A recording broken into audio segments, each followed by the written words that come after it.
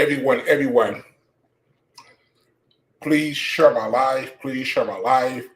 I'm going to get started here in a couple of minutes. Please share my live. Please share my live. This morning, I want to discuss just understanding credit 101. That's it. So please share my live. TikTok, Instagram, Facebook, LinkedIn. If you see me kind of like looking off, it's because I'm on like 3 or 4 different platforms. So at the same time, so I do apologize, but please share my live. Please share my live. We're going to talk about understanding credit, just basic understanding credit. Midnight. My cat always do this. Like as soon as I go live, midnight. Why?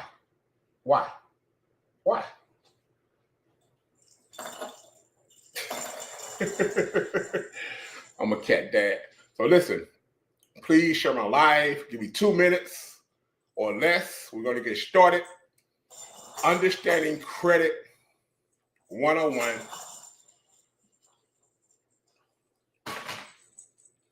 The girl. My wife said I buy her way too many toys. And I do. I ain't gonna lie. You heard. We're going to get started. Little girl. Really? And she only does this when I go live. That's crazy. Yeah, you. So give me 2 minutes. We're going to get started. Please share the live, share the live, share the live. We're going to do understanding credit. Just basic things you thought you knew, but you didn't know. You didn't know. So please share the live, share the live, share the live. Let's get some people in here that really want to get their lives together. You know what I'm saying? They want to get their credit together. They have goals for 2025. And I'm pretty sure whatever your goals are, those goals are connected to your credit. It has to be. So please share the live. We're going to get busy in 2 minutes, and I'm going to try to make it as quick as possible. Because normally I'll be here for like an hour, hour and a half.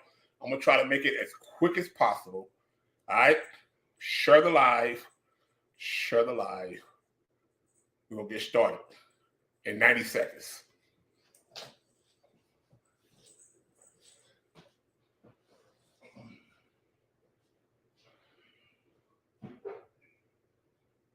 Midnight, stop, please. Why you always do this when I go live? Why? Girl. You always do this when I go live. Stop it. You jealous because I'm in front of the cameras? You want to go with me?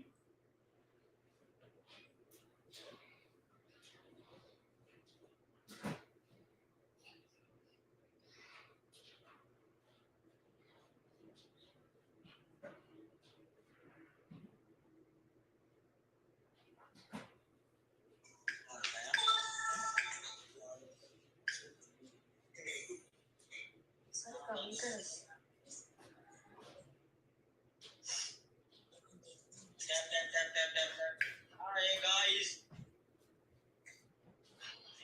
How are you? Now, man.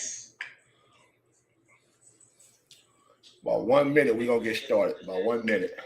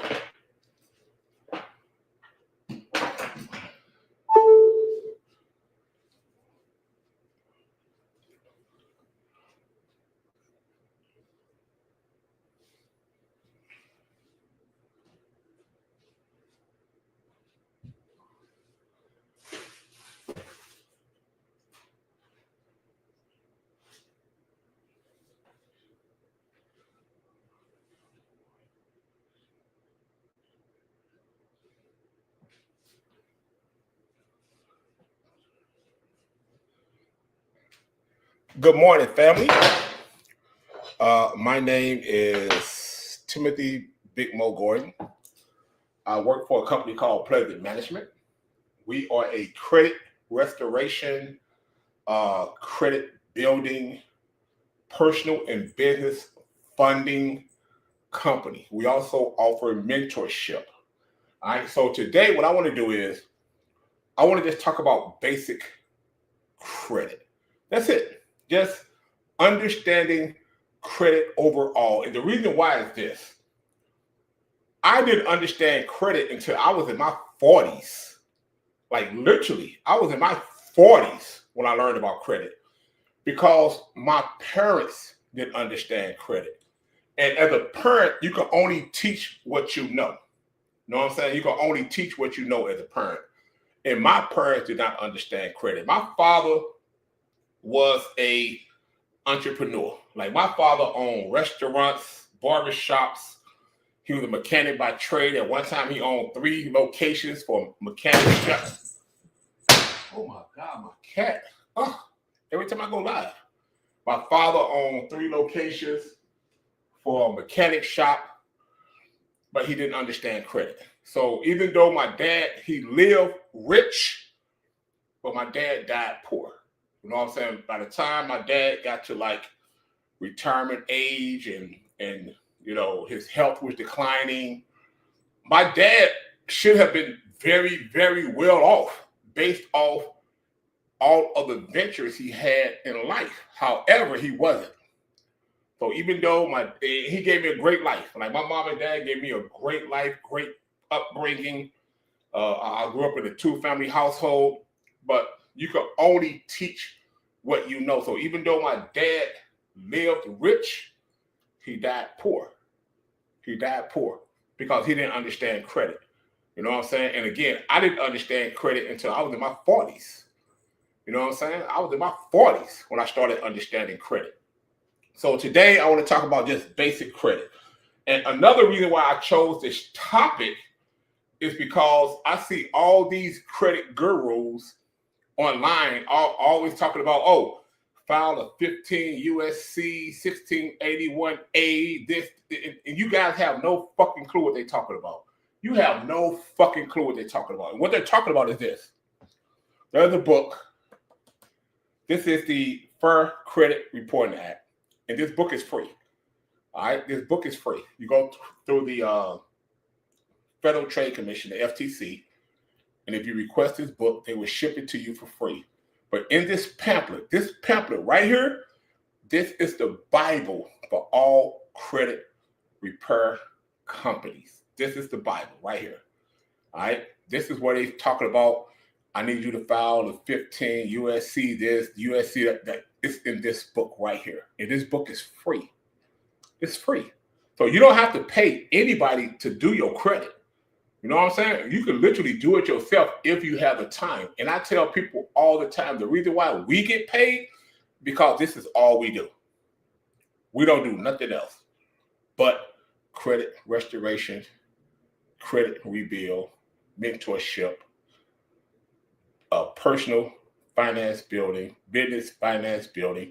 That's all we do.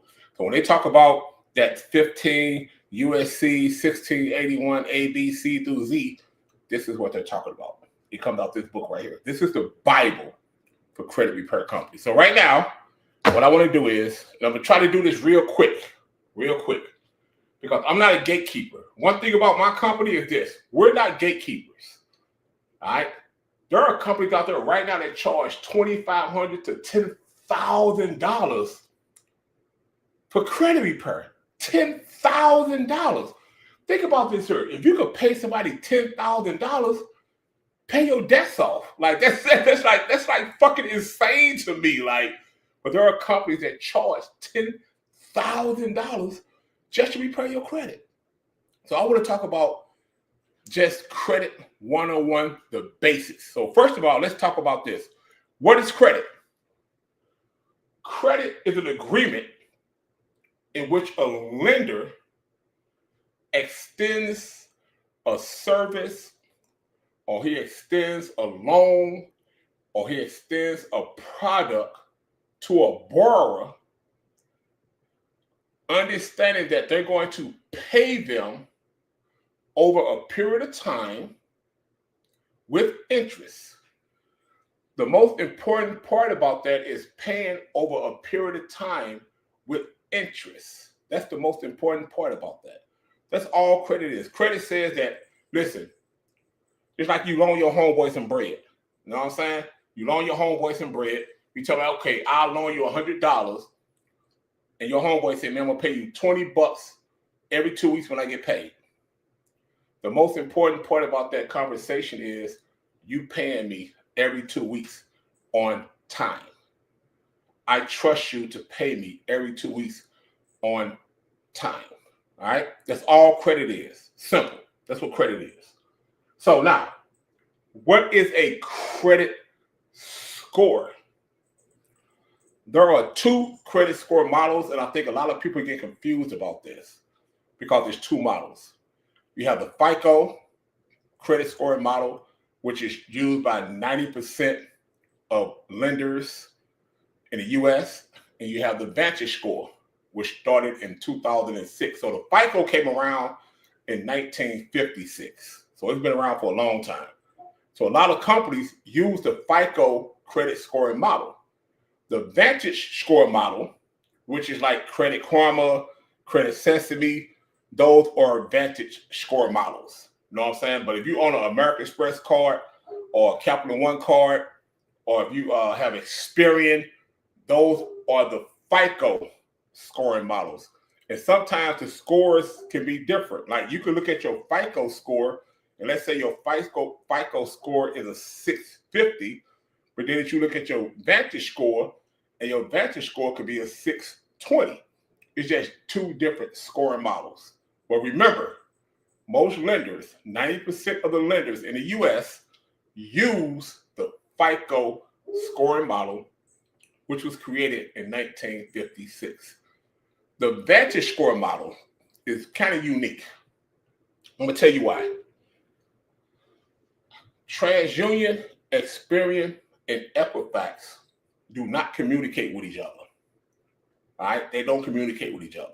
Like TransUnion doesn't call Equifax, Equifax doesn't call Experian. They do not communicate with each other at all. But what happened is this. In 2006, TransUnion, Equifax, and Experian all got together and they invested their money into creating the Vantage scoring model because they got tired of paying FICO. See, every time you go through FICO, TransUnion, Experian, and Equifax has to pay FICO. So every time you run your credit through FICO, it's a paycheck, all right? It's a paycheck. So they tried to circumvent the FICO scoring model by creating the Vantage scoring model. However, remember, they've been around since 1956. Old habits are hard to break. So lenders to this day still, remember, 90% of lenders go through FICO. They go through FICO. So when I have clients that tell me, hey man, I looked at my my Credit Karma, my Credit Sesame account, and my Credit Karma, my Credit Sesame account said that my credit score is 701. But then when I pull your FICO says, no, you are 620. I'm saying it happens all the time. It happens all the time, particularly with auto dealerships. Like it happens all the time. So they are drastically different.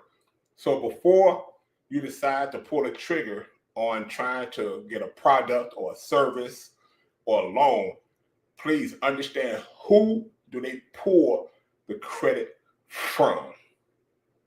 Is it FICO or Vantage? You know what I'm saying? Also, I want you to understand this. Credit scores. A poor credit score is considered anything from a 300 to 579. That's a poor credit score. If you're a 300 to 579, that is a poor credit score. You bad. You're not getting approved for nothing. Don't apply for nothing. Don't try to get nothing. Because if you are 300 to 579, you hurting yourself trying to apply for things, and you're not going to get approved. You're not going to get approved at all. And if you do get approved, the interest rate is so crazy. We're talking about One Main Financial. One Main Financial. That company is a financial predator. Like, they prey on people with bad credit scores. So you go to One Main Financial, they give you a $2,500 loan, but you owe $6,000 back. Another one, Cash Net USA. You see the commercial? Cash Net USA. That's another financial predator because they prey on people with poor financial scores. So Cash Net USA may give you a $1,000 loan, but you owe them $2,700 back because they gave you a 200% interest rate. You know what I'm saying? So that poor credit score, it's more expensive to be poor with a poor credit score than it is to be with a decent credit score. You pay more money with, no matter what you do, you pay more money with a poor credit score than anybody in the nation. So after poor, you have FIR, 580 to 669. That's what I have my clients be like, oh, my credit score ain't that bad. I got a 620. It's FIR. A FIR credit score means that instead of me charging you, 20% interest, I'm going to charge you 18% interest. Like, that's the difference between a poor and a FIR credit score. That's the difference. You know what I'm saying? A FIR credit score is really what most lenders look for. You know what I'm saying? That 580 to 669, they really like that 620 to 640 range. You know what I'm saying? But they still gonna bust you in the head with a high interest rate. Trust me. Now, a good credit score, 670 to 739. That is a good credit score. So if your credit score is a 670 to a 739, that is a good credit score. That means that you may be able to get a car off the lot with no money down. That means you may be able to buy a house with less interest rate. That means that a landlord may let you move into his apartment with less money to move in. You know what I'm saying? Like, that is as a matter of fact, believe it or not, 70% of Americans, 70% of the people in the U.S., 70% are that 670 to 739 range. Like, when I see people that have that credit score, that lets me know they know how to use their credit. You know what I'm saying? Those people are people that have high limit credit cards. Those are people that get cars off the lot with no money down. Those are people that can go to to get a house and the closing costs be lower, or even the person who's selling them the house may cover the closing costs because they have a decent credit score. That's that 670 to 739. Then, very good is 740 to 799. That's a very good credit score. That means anyone that has a 740 to a 799 credit score is literally sitting on like $250,000. They sitting on $250,000. If I had a client do a consultation with me and I pull their credit and I look at their credit profile and they got a 740 to a 799, I'm gonna ask them, what are you trying to do? Like, that's $250,000, that's $500,000 waiting to happen with that kind of score. Then of course you have an 800 to 850, which is excellent. There's not a lot of people that got an 800 to 850 credit score. And those that do have an 800 to 850 credit score, they normally it's something to brag about. Like, they don't use their credit. You know what I'm saying? Like, most people that have an 800 to an 850 credit score, they don't use their credit at all. It's just something to brag about. Oh, I got an 850 credit score. That's all it is. And most people that had an 800 to 850 credit score be afraid to use their credit. So let's say they have 2-3 credit cards, they have a mortgage, they got a car loan, they're done. They're done. Even though 800 to an 850 could probably get you $1 million fucking dollars. They're afraid. They're afraid of debt. You know what I'm saying? Like, they're afraid of debt. But that 740 to 799, that's the range that with our company, we try to get our clients within that 740 to 799 range, because we understand that you can get a lot of things accomplished with that type of credit score. Okay? But remember, we're talking about understanding credit. So you have people that talk about a credit profile. A credit profile simply means, does this person have a mixture of credit on their credit report? Just because you have a 750 credit score, that doesn't mean that you're going to get approved for services or loans. A 750 credit score means nothing. My daughter, when she was 17, I made her an authorized user on like 3 or 4 of my credit cards. She turned 18. She graduated from high school. She went to the Navy for 2 years. She came home. Her credit score was in the 800s. However, her credit score was based off my credit cards. It was based off the authorized user cards. So when she was under the assumption, because I had such a strong credit score, that I can go out and buy a vehicle, I can go out and get an apartment, I can go out and do different things, and she got denied for everything because she didn't really have what's called a credit profile. She didn't have a real mixture on her credit, because when it comes to a credit profile, what they're looking for is, do this person have installment credit? Installment credit is if you purchase furniture and it's the same payment every month.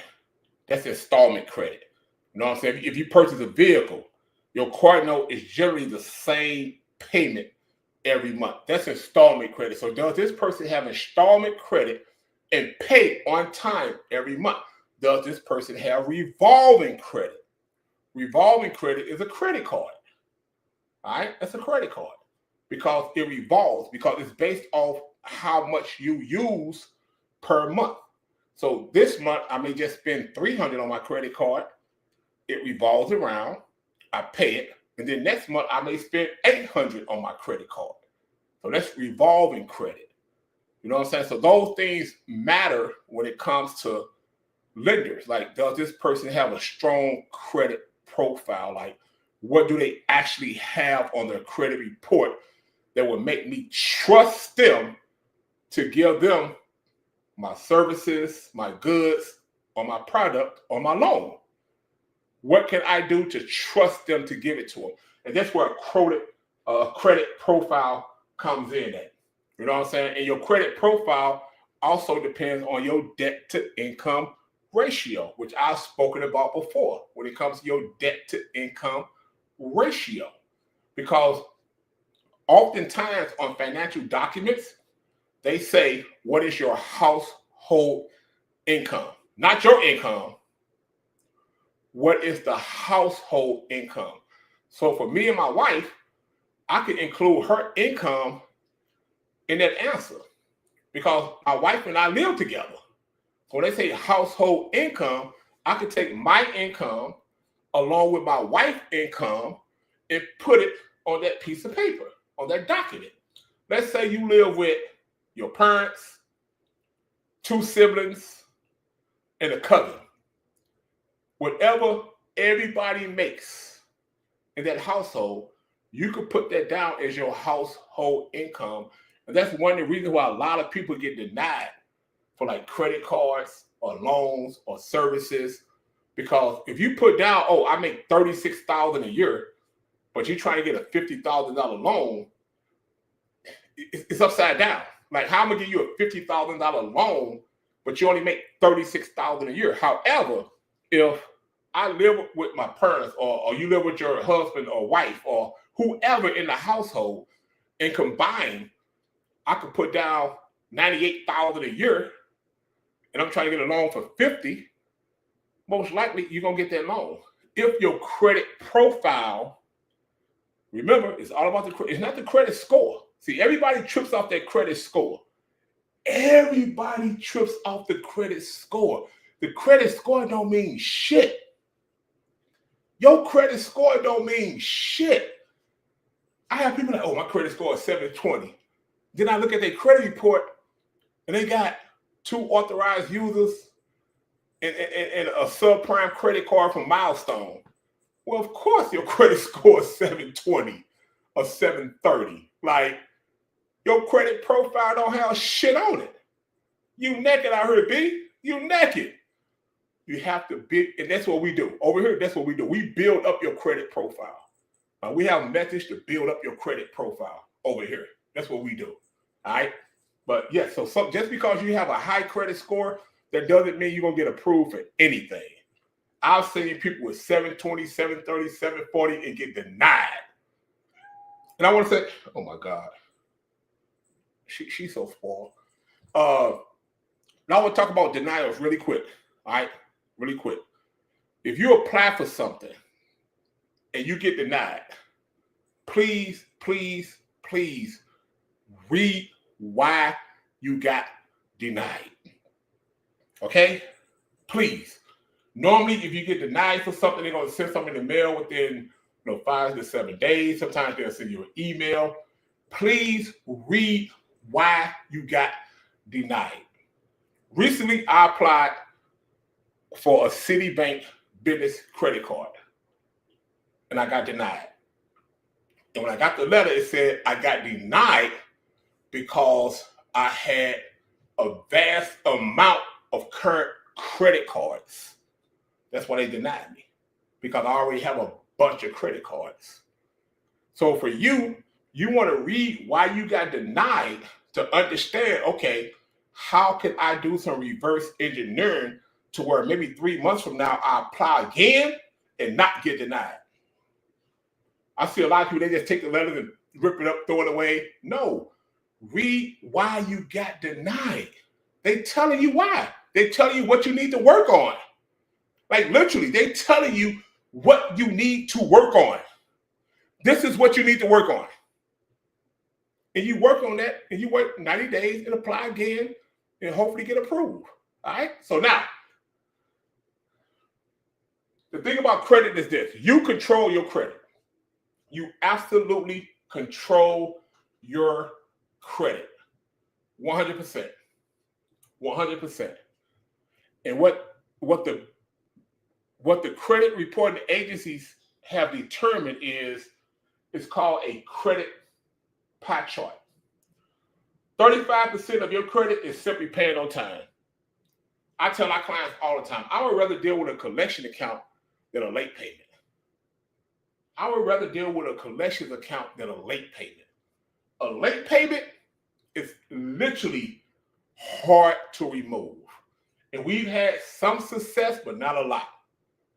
Not a lot.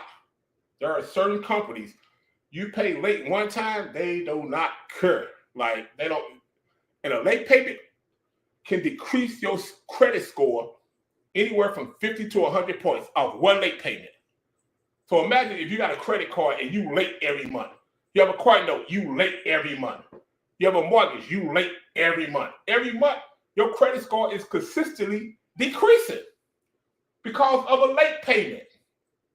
And a late payment will stay on your credit report up to 2 years. 2 years for one late payment. And you losing points. And you losing points. 30 midnight stop. 30% of your credit report is utilization. What is credit utilization?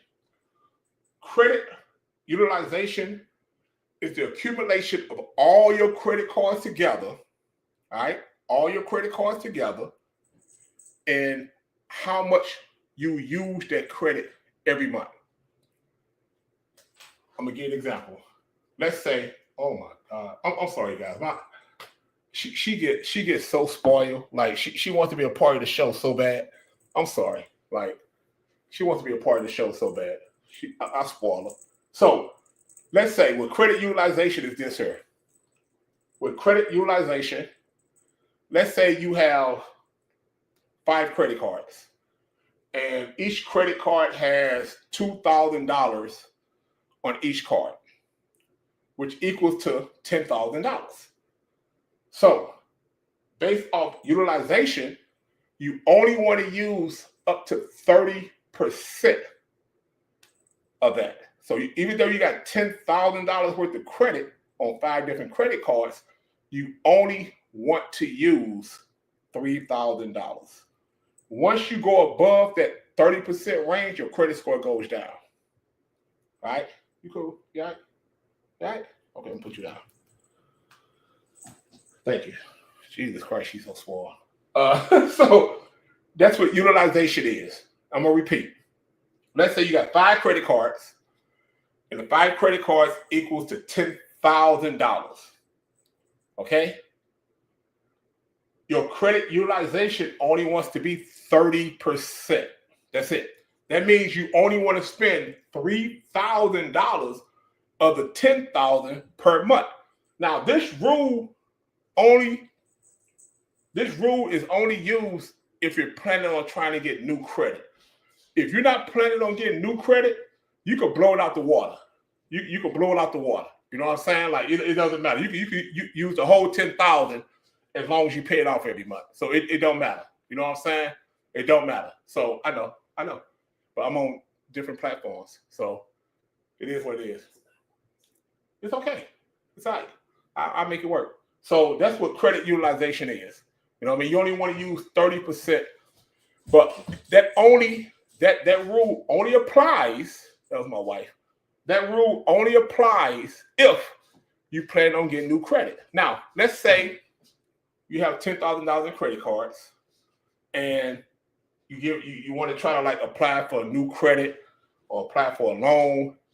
You want this to be under 10% because lenders look at that. Lenders look at how much do I owe. You know what I'm saying?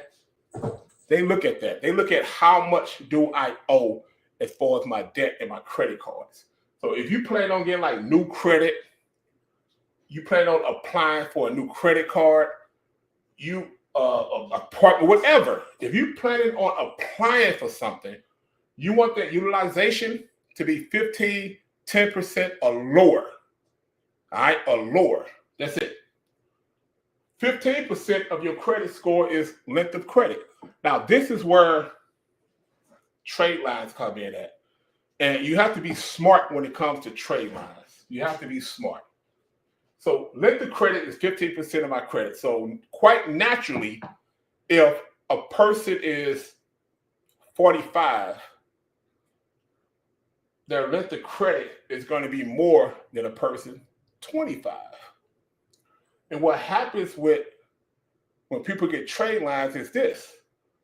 A person 25 reaches out and get trade lines, and that trade line is 15 years old. A lender automatically understands, like, wait a minute, if you're 25 and this trade line is 15 years old, so you was 10 when you had credit? Like you have to be smart. You know what I'm saying? Like, you have to be smart when it comes to this, man. You have to be smart.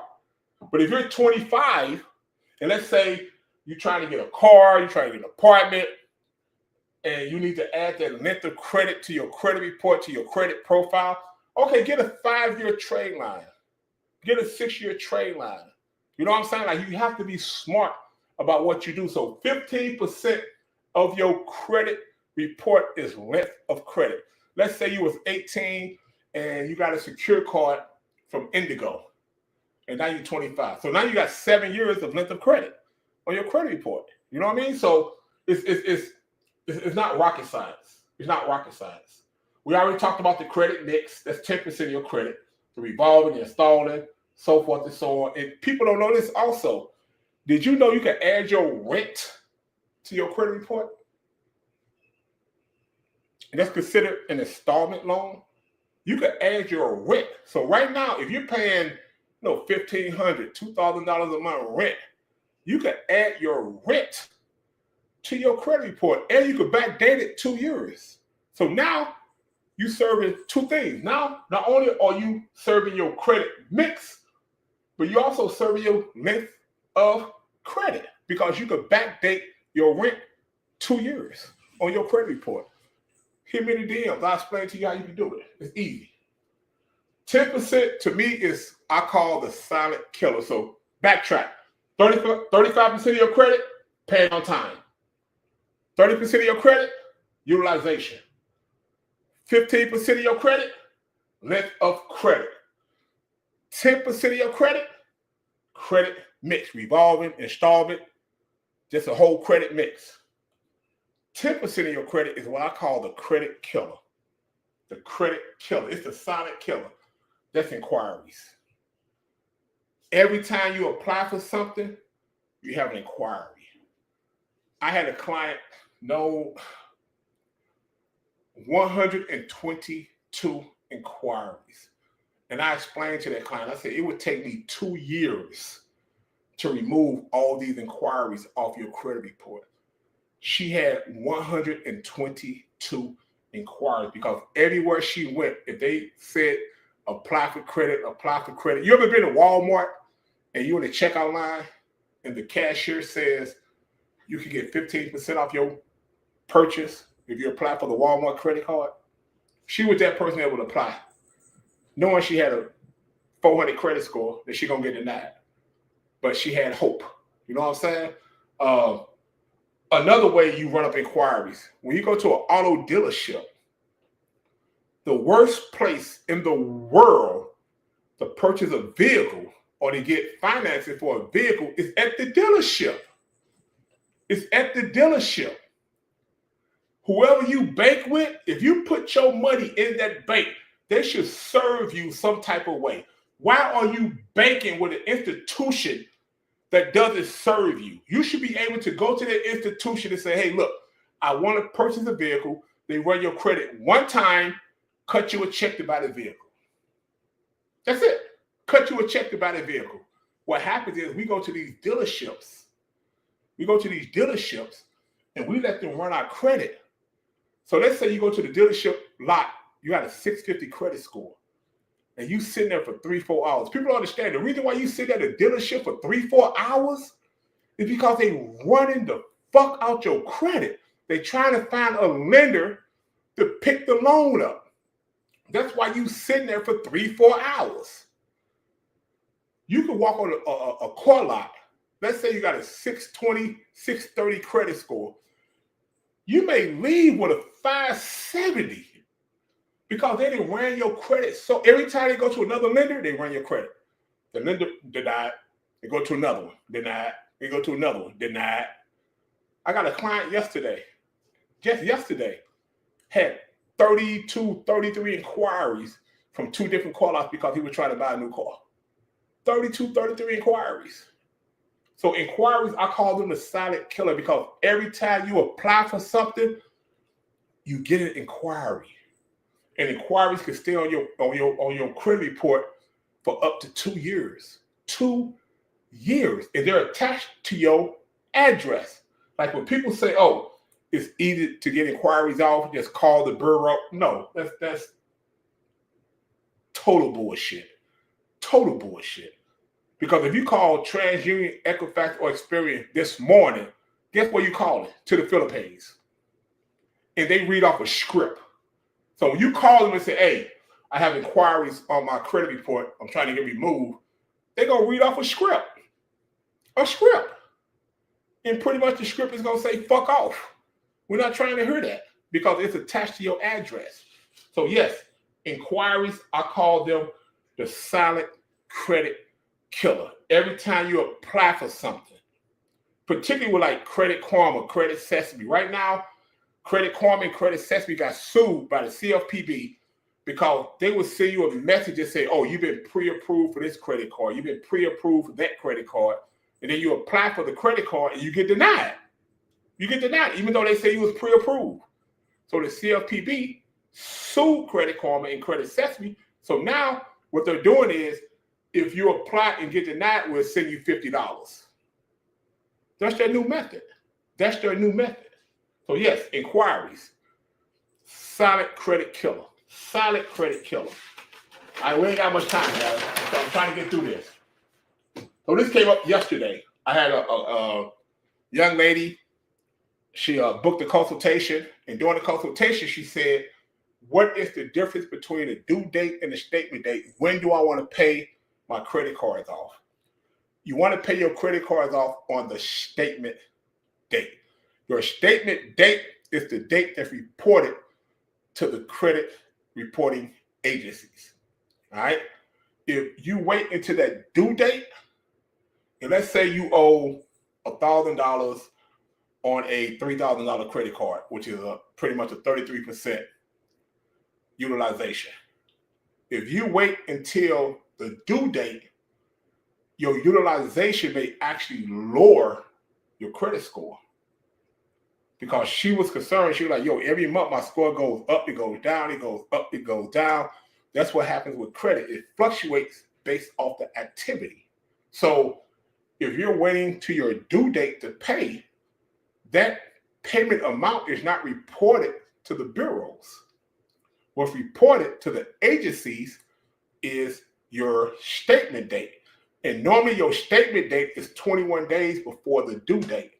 So the hack is this: pay your credit cards off on the statement date. All right. This is literally will increase your credit score. Pay your credit cards off on the statement date. Do not use the card again until after the due date.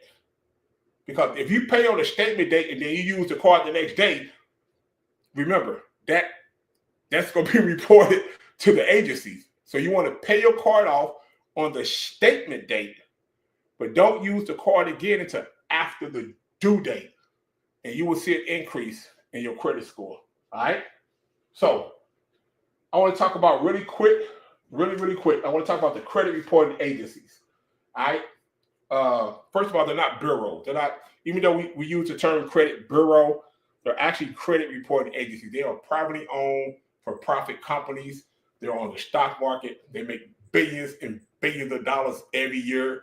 They have no connections to any federal agency at all. As a matter of fact, the CFPB is the agency that oversees the credit reporting agencies, but they have no ties to the feds at all. They are not federal agencies. All right. They are for-profit, privately owned companies that's on the stock market. Like you could literally buy stock in TransUnion. You could buy stock in Equifax. You could buy stock in Experian. You know what I'm saying? They are for-profit companies on the stock market.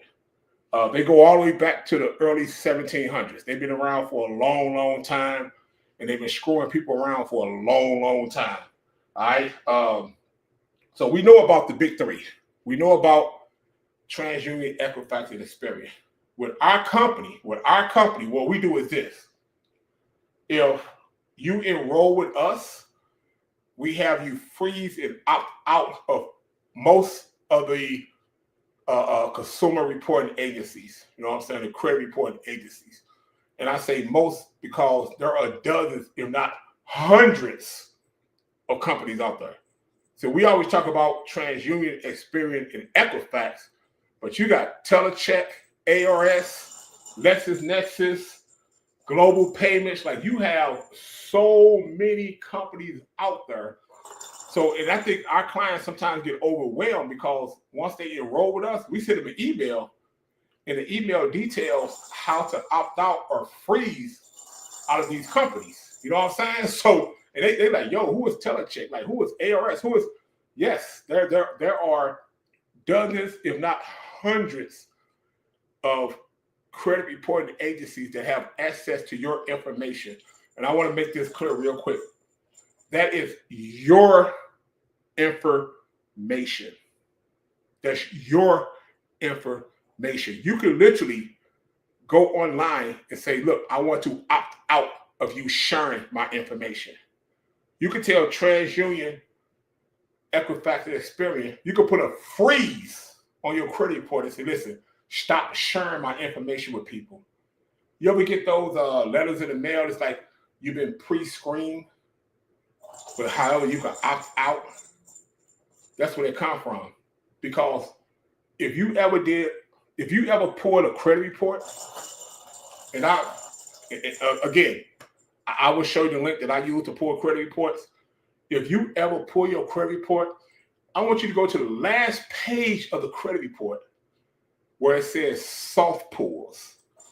And especially if you with Credit Karma or Credit Sesame, they are constantly pulling your credit. Constantly. But they do soft pulls. So a soft pull doesn't have any impact on your credit. But if you with Credit Karma or Credit Sesame right now, and you pull your credit report, and it's going to be at the very end of your credit report, it's going to say soft pulls. Credit Karma and Credit Sesame pulls your credit report almost on a weekly basis. A weekly basis. You know what I'm saying? And that's why any client I have, I tell them, get out of Credit Karma, get out of Credit Sesame. You know what I'm saying? Stop going for the banana in the tailpipe trip. You've been pre-approved for this, you've been pre-approved for that. Like, no, we're not applying for any credit cards on Credit Sesame or Credit Karma. Like, we're not applying for any credit cards because normally those are subprime cards, and the limit gonna be $500. We talking about Indigo, Milestone, Credit One. You know what I'm saying? First Premier. Like, why would you spend an inquiry on a First Premier credit card for $500 when you could just wait and apply for an Amex card? That's all I'm saying. All right, that's all I'm saying.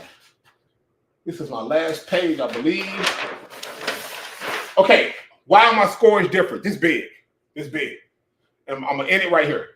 Why are my credit scores different? All right, this is TransUnion, Experian, Equifax. Let's say TransUnion, you got a 670. Experian, you got a 619. Equifax, you got a 624. That was in December of 24. But then in January of 25, TransUnion went down to 659. Experian went up to 704. Equifax went up to 650. What happened? Well, remember, your scores fluctuate based on the activity. You know what I'm saying? If you pay your bills on time, if you get new credit, you get an authorized user. Like, there are certain rules to an authorized user. Not all authorized users are good. So a lot of times it fluctuates based on activity. And sometimes you may not have anything to do with it. Nothing. Like, your score could just change. You could be doing the same thing every month for months, and your score go down and go up. You know what I'm saying? There are certain internal factors that we don't know that control our scores. But the 5 factors that we do know that control our scores, we have control over. That's that pie chart. All right? What I tell people is this here. This is my personal hack, and I tell our clients.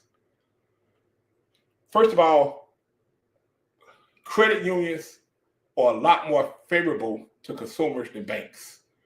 Like, I am currently with like 8 different credit unions around the nation. I'm with one bank. You know what I'm saying? I'm only with that one bank. That's another story. But I'm with one bank. I'm with like 7 to 8 different credit unions. This is the hack I want to tell you guys real quick. When you're going out, everyone should have more than one account. Everybody. All right? Because what one bank won't do, another one might. Well, let's say if you have 5, 6 different accounts, you may be able to pull fundings from 5, 6 different banks. You know what I'm saying? So, or if you go to each one and say, look, I'm trying to get a loan for this, I'm trying to get a credit card, and that one bank may say no, but the other may say yes. You know what I mean? This is my hack. Get a credit union that pulls from TransUnion. Get a credit union that pulls from Experian. Get a credit union that pulls from Equifax. Year before last, in 2022, I was able to buy 3 vehicles in the same week. How did you do that? Navy Federal, TransUnion. They gave me $91,000 for my S580. DCU, Experian. They gave me $58,000 for my Expedition. Apple Credit Union, Equifax. They gave me $57,000 for my wife's Camaro convertible. I got all 3 of those vehicles in the same week. How? Because they don't communicate with each other. They don't communicate with each other. Now, I could have did the same thing with a personal loan. I could have went to this bank and got 50 grand. I could have went to this bank, got 50 grand. I could have went to this bank and got 50 grand. But you have to do it in the same week. And the reason why is this. Once you get the loan from them, when your statement comes back around, it's going to be on your statement. So now when you try to go to Experian to get a loan, Experian can now see on your credit report, you just got 50 grand from TransUnion. Your debt to income ratio may be upside down. So I'm not going to give you another 50 grand. You just got 50 grand from TransUnion. However, if you do it in the same week, go here, get 50, go here, get 50, go here, get 50. And we've done that. You know what I'm saying? Like we've done that. My wife and I, we've done that in the same week. Like literally the same week. 50, 50, 50. Now we got $150,000. We got $150,000. Like that. Because you got good credit.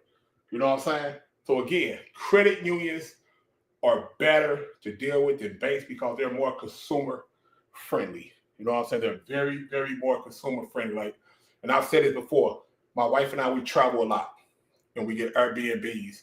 In every city we go to, I literally Google what is the best credit union in this city. And we go open up accounts in that city using the Airbnb address. That's a hack. That's why I have accounts in Portland, Maine. I have accounts in Boston, Massachusetts, Miami, Florida, New York, West Virginia, like LA, California. Actually get ready to open up a new account in LA with a credit union called Student Credit Union because a friend of mine, Student Credit Union operates like Navy Federal. You know what I'm saying? Either you're a school teacher or you work in the educational field. If you don't work in the educational field, you have to have a sponsor. A very good friend of mine in California, who I do his credit, and I just noticed it last night. I'm like, he was Student Credit Union. And I called him. I said, hey, man, look, can you be my sponsor to get an account with them? And he said, yes. So that'll be like my 10th or 11th account. So it's okay to have multiple accounts because especially if you're an entrepreneur, you want to have multiple accounts. It's just like what guys be like, what one person won't do, another one will. That's why you want to have multiple accounts, but you want to understand who do they pull from. Like I have clients right now, they be like, hey, I'm getting ready to apply for this apartment. I'm getting ready to apply for this house. And the first thing I ask them is who do they pull from? Because you want them to pull from your strongest credit score. You know what I'm saying? And once you understand who they pull from, let's say if your credit score weak, let's say you got a 570, we may be able to add 2 or 3 trade lines and make that 570 an 801. You can make it an 801. It's tactics, man. It's methods. It ain't difficult. You just have to understand how credit works. And I get so upset when I see these fucking gurus out here. Oh, just filed a 15 USC. You don't understand what the fuck. Most of you ain't got this book. Most of you do not have this book. Like you don't have this book. So they tell you, file a 15, this 15. You don't have this book. So how do you know? And most of the people that tell you that shit, they don't know. They don't have a book. It took me 7 months to get this book. They on back order. Hold up, I gotta take care of my TikTok real quick. That lets me know I've been on here for an hour. You know what I'm saying? Most of the people, they don't have this book. They don't. This is the Credit Repair Bible right here. It's the Credit Repair Bible. They don't have this book. It took me 7 months to get this book. It's on back order. You know what I'm saying? Like they don't have all this FTC material. Like I get this to my clients. This is all This is strictly from the feds. Like, how do I contact the credit bureaus? Fixing your credit. Debt collection. Getting out of debt. Like all of these is strictly. It took me 7 months to get that information. And everyone that we enroll, we send that to them.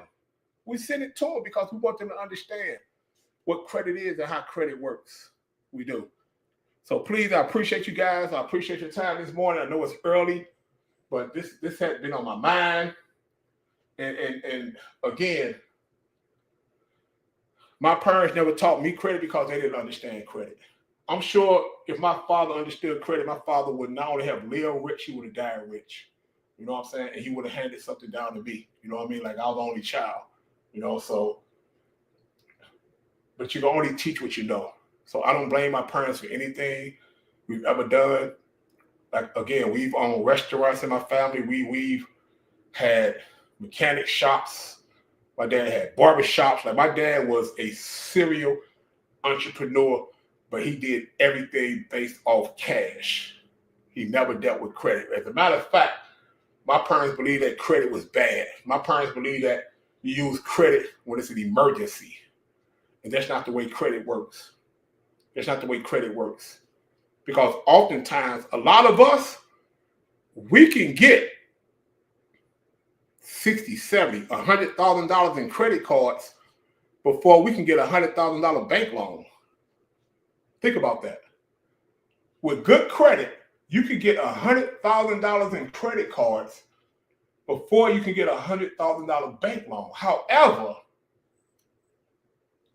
we can teach you how to convert that credit into cash to where you invest. We could teach you how to do that. The first property my wife and I bought, we used a credit card. Like we swiped it on an Amex card. You know what I'm saying? Like we literally bought our first property off an Amex card. You know what I'm saying? So there are people right now that got vast amount of credit in credit cards and they're afraid to use it. They're afraid to use it. You have to, with us, man, we have to be creative.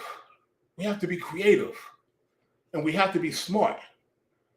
If I know I got this amount in credit cards and I can open up a corner candy store, a corner ice cream shop, a tire shop, like, you know what I'm saying? Small businesses like that always generate money. Like we could laugh at they got to change tires, but guess what?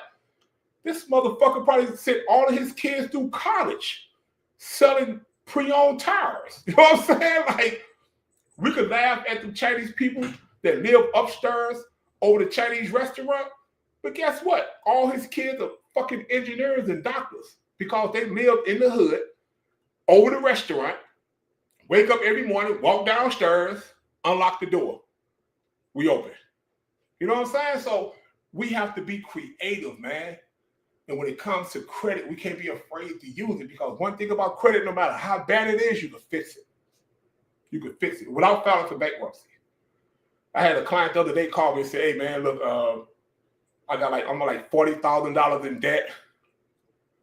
I'm thinking about filing bankruptcy." I'm like, 40 grand in debt ain't shit. Like 40 grand? 40. So you gonna ruin your life for 7 years over $40,000? That ain't. I would rather take the next 2-3 years and try to challenge that shit off my credit report and build new credit. Because sometimes you can have bad credit and build new credit and it offsets. But it's gonna take some work. It's gonna take some work. And it's gonna take some investments. You know what I'm saying? It's gonna take some work and it's gonna take some investments. It ain't gonna be easy. Tell you right now, you have to sacrifice. You might not can't go to the club every week. You probably can't drink every week.